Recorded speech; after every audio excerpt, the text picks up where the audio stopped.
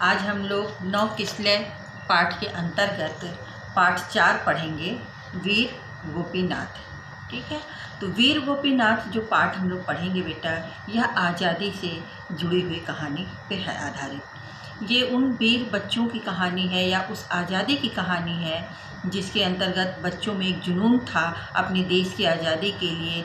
दूसरे जो east India company हमारे पर शासन चला रही थी उसका विरोध करना था, और इसमें बहुत लोगों ने अपना योगदान दिया और बलिदान अपना दिया, त्याग किया इस देश के लिए। उन्हीं में से एक छोटी सी हमारी जो है पुस्तक, प्रकाशन पुस्तक से एक छोटी सी कहानी ली गई है वीर गोपीनाथ के बारे में।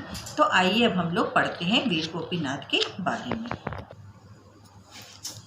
चलिए वीर गोपीनाथ के बारे में पढ़ा जाए। सन 1922 की बात है। उन दिनों ईस्ट इंडिया कंपनी का असली वारिस था चार्ल्स डेगार्ड, यानी जो उस समय वारिस था, जो शासन देख रहा था, वो कौन था? चार्ल्स डेगार्ड था, कोलकाता का पुलिस कमिश्नर, और कोलकाता का वो पुलिस कमिश्नर था। सन 1921-22 में इसी डेगार्ड ने बंगाल में क्रांतिकारी गतिविधियों पर लगाम लगा दी थी, और जो लोग इस आज़ादी का विरोध कर रहे थे उस पर उन्होंने क्या किया था? ये चार्ल्स डेगार्ड ने लगाम लगा दी थी। बंगाल ऑर्डिनेंस एक्ट 1918 के अंतर्गत गिरफ्तारी के लिए कोई कारण बताने की आवश्यकता ही नहीं थी, यानी जिसका मन होता था उसे वह गिरफ्तार कर लेता था। कोई बताने का कारण नहीं था कि किस कारण से वो उनको गिरफ्तार कर रहा है।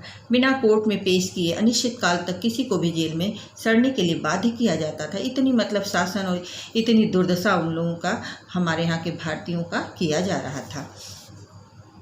डेगार्ड ने इसी अध्यादेश का सहारा लेकर बंगाल में क्रांतिकारी गतिविधियों को कुचला था। प्रमुख क्रांतिकारियों को या तो वह फांसी पर लटका दिया जाता था या उन्हें लंबी अवधि के लिए अलीपुर और अंडमान, ये 2 जगह था बेटा, अलीपुर और अंडमान की जेलों में कठोर यातनाएं सहने के लिए डाल दिया जाता था। लोग डेगार्ड के नाम से घबराकर दहशत में आ जाते थे, और लोग उसके नाम को सुनते ही जो है दहशत और चिंतित हो जाते थे। ICS की नौकरी से त्याग पत्र देकर जिस दिन नेताजी सुभाष चंद्र बोस हावड़ा रेलवे स्टेशन पर पहुंचे थे, उतरे उसी दिन डेगार्ड ने उनके पीछे जासूसों का जाल बिछा दिया था, और 24 दिसंबर सन 1921 को प्रिंस ऑफ वेल्स के कोलकाता पहुंचने पर वहां पूर्ण हड़ताल रही। विरोध में जगह जगह प्रदर्शन हुए। विरोध प्रदर्शन हेतु चित्तरंजन दास और सुभाष चंद्र बोस ने पूरी ताकत लगा दी थी, और ये 2 ऐसे व्यक्ति थे, चित्तरंजन दास युवा और सुभाष चंद्र बोस ने, जो पूरा विरोध किया और पूरी अपनी ताकत लगा दी और पूरा युवाओं को इकट्ठा कर लिया। प्रिंस ऑफ वेल्स के साथ उसका चचेरा भाई डिकी माउंटबेटन उसका सहायक बनकर आया था, और डिकी माउंटबेटन ने सुभाष चंद्र बोस के साथ अपनी छोटी सी मुलाकात में यह भांप लिया था कि उनके अंदर अंग्रेजी साम्राज्य के विरुद्ध ज्वाला धधक रहा है। यानी छोटा सा एक मीटिंग किया जो है माउंटबेटन ने, किसके साथ? सुभाष चंद्र बोस के साथ, और उसे यह सब आभास होने लगा कि यह युवा जो है इसके अंतर्गत जो है साम्राज्य के प्रति ज्वाला जल रही है। अतः उसने डेगार्ड को निर्देश दिया, और बोस नाम का यह व्यक्ति एक खतरनाक क्रांतिकारी है, और उसने डेगार्ड को यह निर्देश दिया कि यह जो बोस है, बोस नाम यानी सुभाष चंद्र बोस, यह एक क्रांतिकारी है और इसके पर काटने आवश्यक है, इस पर कड़ी नज़र रखी जाए, यानी इसका जो पर है, यानी इसको आगे बढ़ने न दिया जाए। किसको? सुभाष चंद्र बोस को।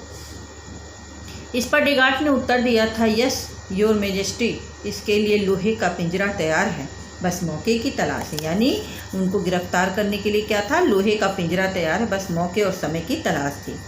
गोपीनाथ साहब प्रिंस ऑफ वेल्स के विरोध और असहयोग आंदोलन के सभी प्रदर्शनों में शामिल थे, और गोपीनाथ भी क्या थे? इनमें सम्मिलित थे। किसमें? प्रिंस ऑफ वेल्स के विरोध और असहयोग के आंदोलन में। उन्होंने चित्तरंजन दास की पत्नी वासंती देवी को जब आंदोलन का नेतृत्व करते देखा तो उनका रोम रोम रोमांचित हो उठा था।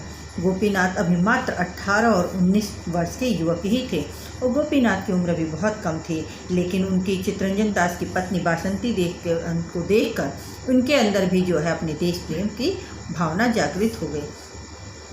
लेकिन वह आंदोलन की योजना हेतु सभाओं में प्रायः भाग लेते रहते थे। वासंती देवी की गिरफ्तारी से उनका मन डेगार्ड की यातनाओं से कांप गया था, और बासंती देवी की जब गिरफ्तारी हुई और उनका जो है मन डेगार्ड की यातनाओं से वह सोचने लगे कि बासंती देवी के साथ वो लोग क्या करेंगे, और उनका मन कांपने लगा। गांधी जी के नेतृत्व में संचालित असहयोग आंदोलन अपने चरम पर था।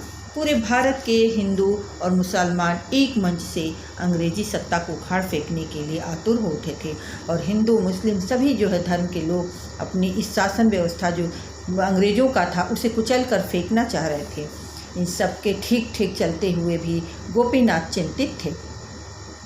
उन्हें लग रहा था कि डेगार्ड नेताजी सुभाष चंद्र बोस को छोड़ने वाला नहीं है, अतः अपने साथियों के साथ वह भविष्य की योजना बनाने में लग गए। और कहीं न कहीं गोपीनाथ के मन में यह बात थी कि यह जो है सुभाष चंद्र बोस को छोड़ने वाला नहीं है, अतः इनके मन में भी भविष्य के लिए योजनाएं बनाने शुरू कर दिया। तभी दौड़ते हुए जतिन दास आया और उन्होंने हाँफते हुए सूचना दी, अरे गोपी कुछ सुनो, अरे गोपी कुछ सुना है तुमने? मैं तुम्हें एक राज की बात बताना चाहूँगा। डेगार्ड नेताजी को अपने चंगुल में फंसाने वाला है। गुप्त सूचना से पता चला है कि वह हमेशा के लिए उन्हें बंगाल से अलग करने वाला है। जतिन, तुमने तो मेरी शंका और भी पक्का कर दिया है। डेगार्ड नेताजी पर अपना शिकंजा कसे, उससे पूर्व ही हमें उन्हें ठिकाने लगा देना चाहिए। और जो है गोपीनाथ और जतिन आपस में यह बात कर रहे थे कि जब तक डेगार्ड उन्हें नेताजी को गिरफ्तार करे तब तक हमें उन्हें कहीं और भी पहुंचा देना चाहिए। इसके बाद गोपीनाथ के जीवन का उद्देश्य ही डेगार्ड का खात्मा बन गया था, और वे हर समय डेगार्ड के बारे में ही सोचते रहे। और गोपीनाथ के मन में कहीं न कहीं से विद्रोह की भावना फूट पड़ी थी और वह डेगार्ड को ही ख़त्म करना चाहता था, और इसके लिए वह पूरे समय हमेशा योजनाएं बनाते रहते थे। उन्होंने क्रांतिकारी संगठनों से संपर्क कर पिस्तौल का प्रबंधन किया, निशाना साधने का अभ्यास किया और डेगार्ड की शक्ल, पोशाक आदि की खूब पहचान कर ली।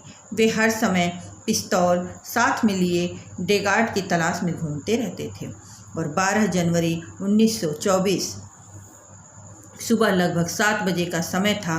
कोलकाता में चौरंगी रोड के निकट पार्क स्ट्रीट के चौराहे पर धुंध के कारण 10 फुट की दूरी का आदमी भी साफ दिखाई नहीं दे रहा था।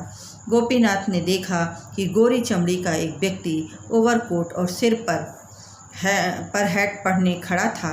उन्हें लगा कि वह निश्चित ही डेगार्ड है। उन्होंने तुरंत पिस्तौल निकाला और उसके निकट जाकर गोली दाग दी। वह व्यक्ति कुछ संभलता उससे पूर्व ही गोपीनाथ ने 3 गोलियां और दागी और वह व्यक्ति वहीं गिर पड़ा और उसने दम तोड़ दिया। गोपीनाथ वहां से भाग निकले, किंतु थोड़ी दूर ही पकड़े गए। गोपीनाथ को पुलिस ने अपने कब्जे में ले लिया। आज के लिए बस इतना ही।